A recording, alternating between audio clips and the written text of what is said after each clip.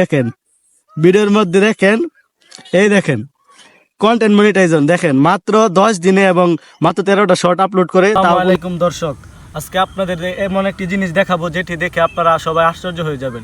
আসলে কি ফেসবুক মামার মাথা নষ্ট হয়ে গেছে নাকি সেটা আমি জানি না, কিন্তু আপনাদেরকে যে জিনিসটি দেখাবো ফেসবুক মামার মাথা নষ্ট না হলে আপনাদের মাথা নষ্ট হয়ে যাবে। কারণ কন্টেন্ট মনিটাইজেশন আপনারা সবাই মনে করেন সোনার হরিণ, কিন্তু এটা আসলে কতটা সোনার হরিণ সেটা আপনারা আমার স্ক্রিনের মধ্যে দেখলে বুঝতে পারবেন এটা কতটা সোনার হরিণ। বলে আসেন আমি আপনাদেরকে একটা জিনিস দেখাই, দেখানোর পরে আমি আপনাদের সাথে কথা বলি। দেখেন এই পেজটি আমার এক ছোট ভাই এই পেজের মধ্যে মাত্র 10টা শর্ট আপলোড করে। দেখেন আপনার গুনেন 1 2 3 4 5 6 7 8 9 10 11 12 13 মাত্র 13টা শর্ট ভিডিও আপলোড করে, এবং একটা ভিডিওর মধ্যে দেখেন তার 100K বা 50K কোনো ভিউ নেই, আছে 13K 18K 4K 1K এসব ভিউ। আর আপনারা একটা জিনিস এখন দেখাবো যেটা দেখে আপনারা সবাই আসলে আশ্চর্য হয়ে যাবেন। দেখেন ভিডিওর মধ্যে দেখেন, এই দেখেন কন্টেন্ট মনিটাইজেশন দেখেন মাত্র 10 দিনে এবং মাত্র 13টা শর্ট আপলোড করে, তাও কোনো ভিডিও ফরিত যায় নাই, এমন করে কন্টেন্ট মনিটাইজেশন পেয়ে গেছে।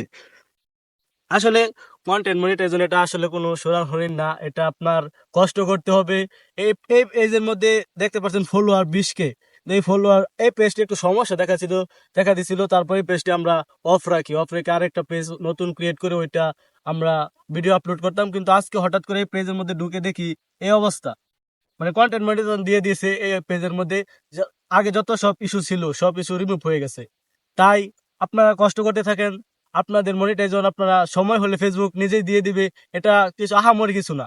এটা দেখেন কিন্তু আপনার মাত্র 13টা ভিডিও আপলোড করছে এবং একটা ভিডিওর মধ্যে 50K বা 10K কোনো ভিউ আসে নাই, আসছে 4K 3K ভিউ আসছে। অনেকে হয়তো এখন প্রশ্ন করবেন যে আমাদের ভিডিও মিলিয়ন ভিউ আসছে, 100K 200K প্রায় ভিডিওতে ভিউ আসছে, তাহলে আমাদেরকে কেন দেয় না? এটা আসলে বলতে গেলে এখন ফেসবুক আগের তুলনায় এখন একটু কম ইনকাম দিয়ে থাকে, যার কারণে অনেক কন্টেন্ট ক্রিয়েটর দুশ্চিন্তায় পড়ে গেছে যে আগে অনেক ইনকাম হতো এখন একটু কম। এটা নিয়ে কখনো দুশ্চিন্তা করবেন না, কারণ এটা একটা আপডেটের মাধ্যমে সমাধান হয়ে যেতে পারে ইনশাল্লাহ, এটাই আমরা আশা করি।